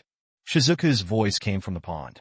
It seemed that this girl was also frightened and was momentarily confused. Naruto hesitated for a moment, gritted his teeth, and decided, touched the black, and slowly walked forward a few steps. Slowly sat down. Himemi's injury, if it's prolonged, who knows if it might bleed too much. Himemi, be patient. I will help you think of a way to bandage it right away. As he spoke, Naruto took out a hemostatic bandage from his bag of ninja tools. Another hand also tentatively reached forward. As his left and right hands searched in the middle, Naruto felt a soft mass touching his palm. His hand clenched a little bit to feel it. Is this? Thinking back to the time he had skin contact with Hinata a few days ago, Naruto had already understood the general structure of a girl's body. This time, Naruto immediately realized that something was wrong. His entire face heated up, instantly turning red. Lying on the ground, Himemi let out a soft hum. Naruto-san, what are you doing? Himemi's thin, mosquito-like voice rang out, the voice vaguely carrying a trace of trembling. The sensitive part of her body was suddenly touched, making her feel an electric current running through her whole body, instantly turning her cheeks red. Naruto then regained his senses from his confusion and retracted his hand like lightning. Himemi, don't misunderstand, I didn't do it on purpose, I just accidentally bumped into it. Naruto stammered an explanation. Somehow it sounded like he was a little guilty. Not knowing what Himemi's reaction was, Naruto quickly stood up and patted his forehead to stay awake. Shizuki, how are you? Can you hear my voice? Come here quickly, help Himemi treat her injuries. This time Naruto didn't dare to go and bandage Himemi himself, so he could only shout continuously, hoping that Shizuki could reach over and help. Okay, I'll be right there, Shizuku replied. A rustling sound came from the pond. Most likely Shizuki had found his clothes right there. Ow! Suddenly, the old horse's clear voice came from behind, immediately followed by the sound of a horse's hooves rapidly stepping across the ground. Naruto quickly turned his head to look behind him and discovered that 5 or 6 men in brown robes had appeared at some unknown time. Not far from the bonfire, the two people were entangled and dragged Inari inside. After fighting for a few rounds, Inari inside was kicked in the abdomen. His body flew out, hitting the old horse's body, causing the old horse to be shocked and let out a numb cry, its front hooves jumping up high. But fortunately, Inari had a big life inside and was not stepped on by the old horse. Only that the frightened old horse struggled hard, broke free from the reins, pulled the carriage, and rushed out into the darkness. Not good. Something happened over there too. Naruto's face was slightly frightened. He didn't think that these ninja robes would actually play this kind of trick. Perhaps these ninja robes were just a coincidence. First two people appeared on Shizuki and Himemi's side. Then Naruto and his group also wanted to kill them. Naruto now no longer dared to have any hesitation, clasping his hands in front of his chest and forming hand seals. Would release with clone technique. The orange sports suit on the back was stuck open. Two long, thin wooden pieces grew out from the back, quickly condensing into two Narutos. Protect those two. I'll go rescue the other side. Naruto greeted the shadow clones and charged towards Princess Harumi without saying a word. Among the three of them, Inari was just a newly graduated Hanin. But these clan-robed men all possessed the strength of a chosen one or above. Inari inside them had no way to deal with it. Being able to resist half a move was already considered not bad. In Naruto's eyes, he must protect everyone's safety. At this time, the other four men in brown robes had very clear intentions. As soon as they appeared, they flew straight towards the fire, towards the other Princess Harumi and the old servant. Your Highness, be careful. The old servant spread his arms, protecting Harumi behind his back. Harumi's face was also full of fear and embarrassment. Seeing those men in robes rushing over, she was so scared that she kept retreating. Go to hell. Among them, a man in a royal robe rushed forward, holding a kunai, and strongly stabbed down. The kunai stabbed into the old servant's heart, and immediately blood gushed out. The old servant's eyes were filled with unwillingness. He finally turned his head to glance at Princess Harumi, then fell softly into a pool of blood below. Ah! Harumi screamed, looking at the old servant die, immediately scared out of her wits. The other men in robes also did not care about Harumi's feelings. They originally came to kill Harumi, without stopping at all as they approached Harumi. Quick, kill her. While talking, four male robes holding kunai, fierce faces, headed straight towards Harumi. Earth-flowing wall? In the darkness, an orange figure flew out, not knowing when it had already formed the next Earth-release ninjutsu hand seal. As Naruto sat down and slapped the ground with both palms, the earth rumbled and a very small tremor appeared. A 2 or 3 meter wide yellow earth wall broke through the ground, blocking Harumi's way. On the wall were 3 dog-headed signs. Ding, ding, ding. 4 kunai-robed men stabbed the dog's head on the wall, emitting a crisp sound. The wall separated Harumi and the 4 of them, causing them to temporarily lose their target. Harumi was startled by the 2 or 3 meter high wall that appeared in front of her. She retreated in panic, but her heel hit a rock. She let out a cry and fell backwards. Careful. Naruto pressed forward, squatted down, and stretched out his arms, just in time to firmly catch Harumi. Because Harumi's clothes were originally thin and sexy. Every time Naruto's 2 hands touched her skin, he only felt extremely soft and delicate. It seems that this Princess Harumi is normally well maintained. Harumi's personal emotions were still extremely confused at this moment. She threw herself into Naruto's arms and looked up to see that it was Naruto. Only then did the anxiety in her heart subside a little. Naruto! They're coming to kill me. Naruto! Save me! Harumi's voice was extremely hurried, carrying a slightly choked tone. Naruto lowered his head, looked at her with determined eyes, nodded and said, Don't worry, with me here, those guys can't do anything to you. At this time, the 4 men in sect robes had already followed the earth-flowing stone's wings and attacked, surrounding Naruto in the center. Among them, a bald man who seemed to be the leader shouted to the others. This kid has some big words. He's also a ninja. Let's kill him together. Another dwarf echoed. Probably some village's outlaw ninja. Let's deal with this blonde kid first. Naruto and Inari both wore the ninja hit 4-head treasure inside. But the current situation of the ninja village was just like what some people said, even though notices were posted everywhere announcing the establishment of the entire ninja world. But he still didn't make any reputation, just couldn't attract the attention of the small village. No one would recognize men in village ninja hite 4-head treasure. While talking, 4 robed men stepped forward together, brandishing kunai in their hands and launching attacks towards Naruto. In order to avoid Harumi from being implicated in the battle, Naruto did not choose to deal with these guys first, but instead held Harumi's smooth back with one hand and wrapped his other hand around Harumi's pair of fair thighs, slightly kneeling down and jumping up and down. The four robed men attacked again and failed. Naruto, meanwhile, was holding Hiromi and jumping in front of the earth-flowing cliff. The four robed men were instantly furious, howling and waving the kunai in their hands as they charged towards Naruto. Just sent Inari flying inside, then ran to two other men in sect robes. Also from their bodies took out a large amount of shuriken. Towards Naruto, fiercely swung past the earth flow wall cauldron. A bunch of idiots. Naruto cursed softly, once again continuously dodging and jumping, displaying his extremely fast speed. In no time he had already dived into the darkness. At this moment in between, Hiromi was completely in a state of confusion. Even though there were kunai and shuriken flying around her, Hiromi didn't pay any attention. She just leaned against Naruto's chest, looking at Naruto's not-so-handsome face, and felt a sense of peace in her heart. Being protected by this man, there won't be any danger. Princess Hiromi, you wait here for a moment. I'll go chase those guys and come get you. On a large tree branch, Naruto gently put Hiromi down from his chest. Because the surrounding environment was too dark, and the tree itself was not that big, Hiromi had just sat down on the ground with both legs when she felt her left foot step on the ground and almost fell off the tree. Ah! Hiromi let out a cry of surprise. Almost instinctively, her body leaned forward and hugged Naruto tightly, as if she wanted to grab a life-saving straw. Naruto only felt a warm embrace. Two soft masses pressed against his chest, causing his brain to briefly go blank. This feeling, the size is probably not small compared to Hinata's. Are you okay? Naruto tried hard to suppress the stirring emotions in his heart, surrounded Hiromi's slender waist, gently hugged her body, and let her lean against the tree's body to maintain balance. Where is this place? It's so dark. I'm scared. Even though she felt the cold sensation coming from the big tree behind her back, Hiromi still felt that this darkness contained endless terror. She tightly wrapped her arms around Naruto's sturdy waist, not willing to let go no matter what.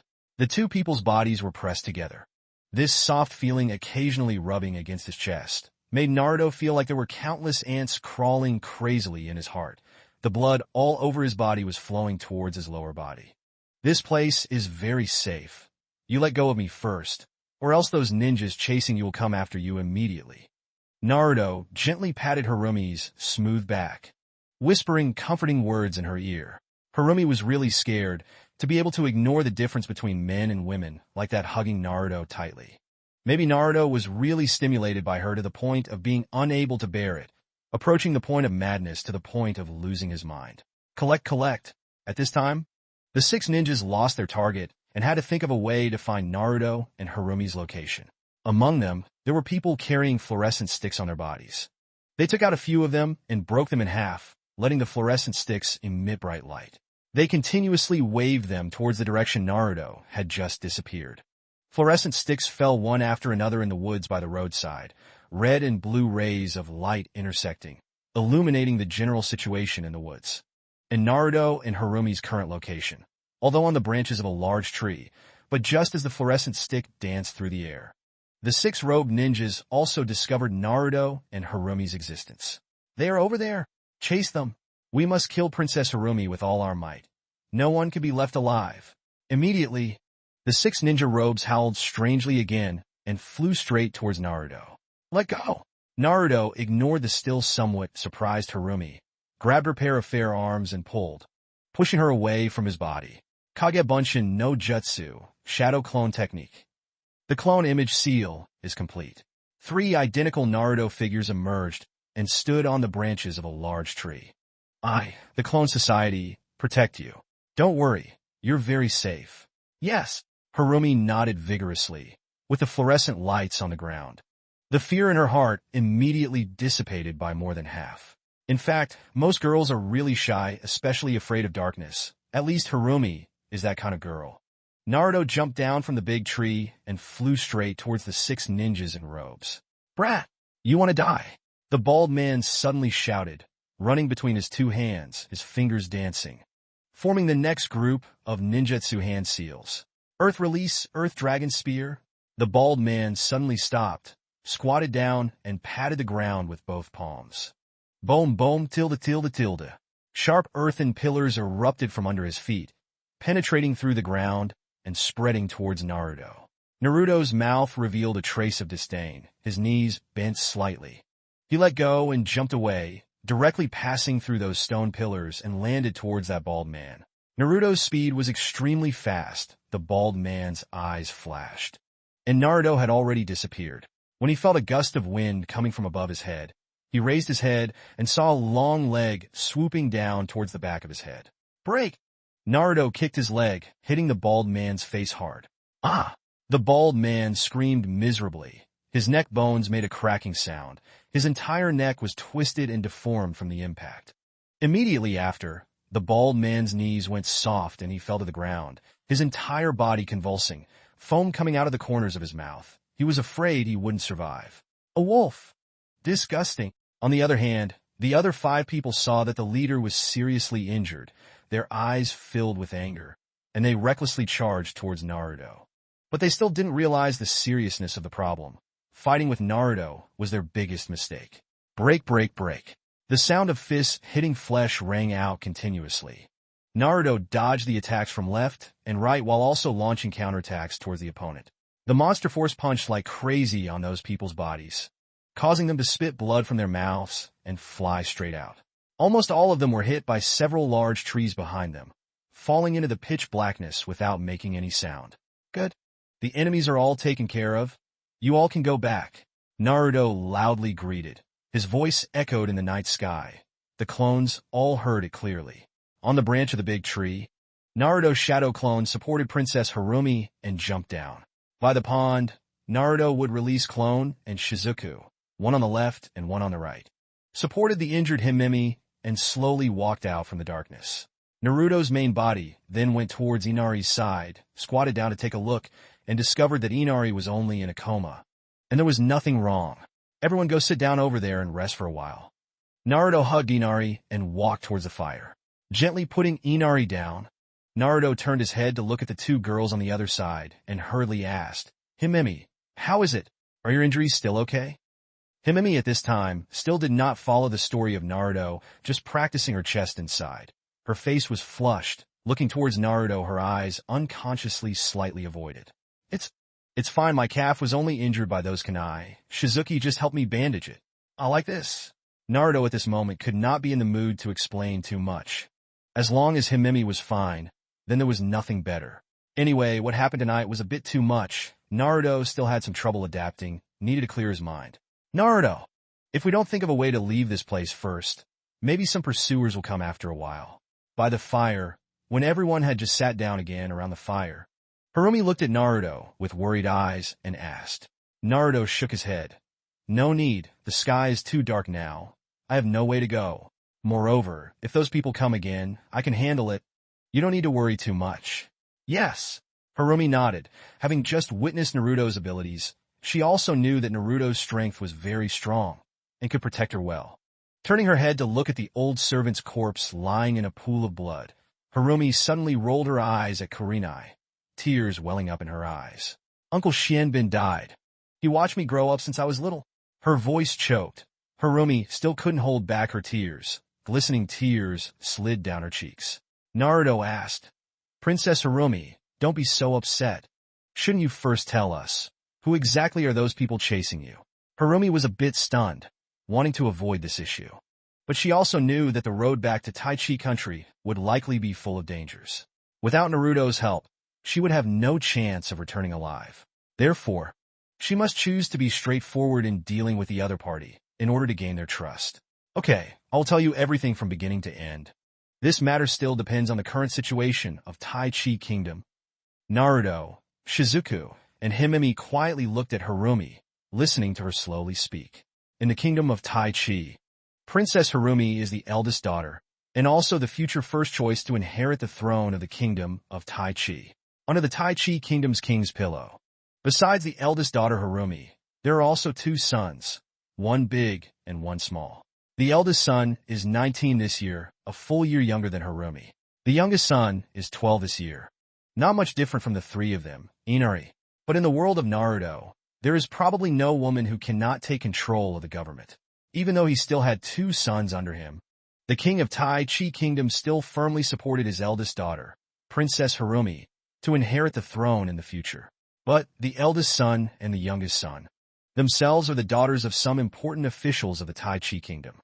Therefore, the power behind the eldest son and youngest son in Tai Chi kingdom is also extremely not small. In order to compete for the throne, Harumi's two younger brothers have always fought openly and secretly, doing many shady tricks behind the scenes. But because the Tai Chi kingdom loved its daughter Harumi very much in the past, and the officials under Harumi's command were not too weak, the position of Harumi as the longtime princess and the position of the Tai Chi kingdom's future heiress has been kept until now. But just a few months ago, the king of Tai Chi kingdom suddenly fell seriously ill and was bedridden, unable to even speak clearly. The two princes not only did not care about the king's life and death, they were not under the king's control, and were even more involved in the fight for the throne. Only this daughter Harumi, wholeheartedly looking forward to her father's quick recovery, waiting at the king's bedside every day to serve him. Tai Chi kingdom's famous people all took action, but none of them could cure the king's illness. And they couldn't even investigate what exactly the illness was. Only knowing that the king's face turned purple, many places in his body were black, very much like symptoms of poisoning. But he could not help the king detoxify. Harumi was worried about her father's safety, so she brought an old servant and several ninjas to leave the palace, wanting to go to another country to find a way to cure the king's poison. After all, Tai Chi country is a small country, the ability to receive talent is limited. Going to another country to find a medical expert is the most ideal solution. But when Harumi brought her talented subordinates out of the Tai Chi kingdom's territory, she was immediately chased by a group of masked men. Down the road, the more than 10 ninja guards under him were all killed, and the offerings they were carrying were also lost one by one. In the end, only Harumi and the old servant remained, and were forced to flee to the Great Bridge of the Wave Country. It was also because of this that Harumi and the old servant were able to appear in such a miserable manner at the Ming-En village's office building to announce the mission, but could not afford to pay much mission rent. Of course, while fleeing on the road, the ninja team's bodyguards risked their lives to protect Harumi's safety, and at the same time, they also discovered that the background of those pursuing ninjas were all from the Tai Chi Kingdom ninjas. Harumi also thought back to her normal days as a gentle person, who had no enemies at all, and had never been born into the Tai Chi Kingdom's royal palace. So Harumi was able to conclude that those ninjas were her two younger brothers who wanted to kill her older sister outside in order to fight for the throne. This is too much. Is the throne really that important? Even one's own sister wants to be killed. Shizuka muttered with a small mouth, her expression indignant. Himemi also heard the same thing and felt angry in her heart. She started to voice her indignation for Harumi. You two younger brothers are really not an item. You left the palace to save your father, but they still want to harm you. Are you saying that you two are really biological siblings? Harumi's eyes flashed with loneliness. The corner of her mouth curled into a helpless smile. Yes, although we are half-siblings, we are indeed very closely related by blood. Naruto added a few more pieces of firewood to the fire and sighed helplessly. I didn't think that in my previous life I saw a scene where princes fight for the throne in a TV series. But when I came to the world of Naruto, I would personally encounter it. It seems that human nature is always selfish, for one's own benefit, even reckless. Of course, not everyone is like this. The world still has warm places after all. So what do you plan to do next? After returning to the kingdom of Taiji, there won't be any life-threatening situations, right? Naruto looked at Harumi and asked. Harumi nodded. Yes. Some of the officials in the palace support me to inherit the throne. As long as I have their support, I will not be in danger. Naruto said. Like this, then you can rest assured, I will lead 3 little guys to smoothly bring you into the palace, until you are safe. Hearing that, Harumi was deeply moved. She didn't think that Naruto, this newly acquainted guy, would be willing to wade through such muddy waters to help her. Since leaving the Tai Chi Kingdom's royal palace, she has encountered 5 or 6 waves of ninja pursuit.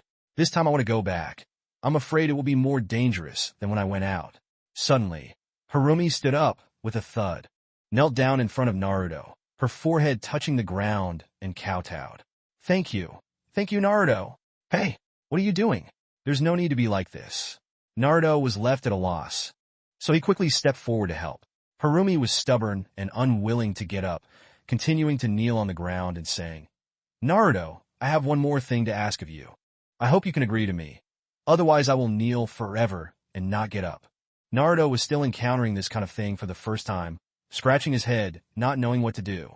Although this Princess Harumi originally put up a princess stand, but after only a short afternoon, she already looked like a little girl at the end of her rope. Naruto speculated. This was her original personality. That princess prop act, she just wanted to show off a bit of her aura, so that men in village could have enough respect for her. What's the matter? You stand up and say it first, I can agree with you. Naruto held Harumi's pair of white arms, gently lifted her up a bit, and helped her up. Thank you, Naruto. Harumi just got up, but kept bowing her head, her eyes filled with tears. Next, Harumi once again explained the situation of the kingdom of Tai Chi in detail. It turns out that Harumi's intention was to let Naruto bring her back to the kingdom of Tai, and then help her fight for the throne. Tai Chi kingdom is divided into 3 great powers. In the court, the officials each supported the 3 princes and princess. Each faction's strength was almost equal. For the fight for the throne, when the king was not infected with the disease, the 3-party staff did not dare to be too obvious. But since the king fell, the tycoons have changed from open conflict to open fighting. Before there was no court conference, before there was no reason to be humble, a little bit of friction would lead to weapons clashing. If the opponent is not defeated and there is no blood on the spot, he will definitely not let it go. Under this premise, in just a few short months, Tai Chi Kingdom had completely collapsed, no longer the prosperity of the past. Harumi's main intention was to let Naruto help her clean up the ninja under her 2 younger brothers, so that she could completely rule over the entire Tai Kingdom and calm down the chaos and conflict in the Tai Kingdom. Tai Chi Kingdom has no ninja village, and the ninja are all influenced by 3 factions, with a population of roughly less than 1,000 people. In other words, Harumi's 2 younger brothers and their respective ninja subordinates numbered about 300 people. Among them, Chungnunkaku are the majority, and there are also a few Shainin. Harumi added, Naruto, when I entered Minin Village, I roughly saw the appearance and number of ninjas in your village. Ninja strength should be above our Tai Chi Nation ninja, and the number of people also completely holds the advantage. As long as you are willing to temporarily send 500 ninjas to me, after the internal chaos in the Tai Chi Kingdom is pacified in the future, I will give you whatever you want. Speaking up to here, Harumi's voice suddenly became very small, very shyly lowering her head. Just consider me. Also, maybe my Tai Chi Kingdom has Kinjin treasures. Harumi still clearly remembers this afternoon. Naruto saw her with that kind of stunned expression. Harumi was still very confident in her appearance, and did not let that man see her in confusion. Even if Naruto doesn't like himself, he can still use the treasure of the Tai Kingdom Kinjin as a replacement. As long as I can pacify the internal chaos in Tai Chi Kingdom, as long as I can have another chance to save my father's life, anything I do is worth it. Kinjin's wealth can be earned back. Marrying this powerful man in front of her is not a loss. Maybe the seriously ill father really can't wait. Moreover, if Tai Chi Kingdom continues to fight like this, it will be completely over.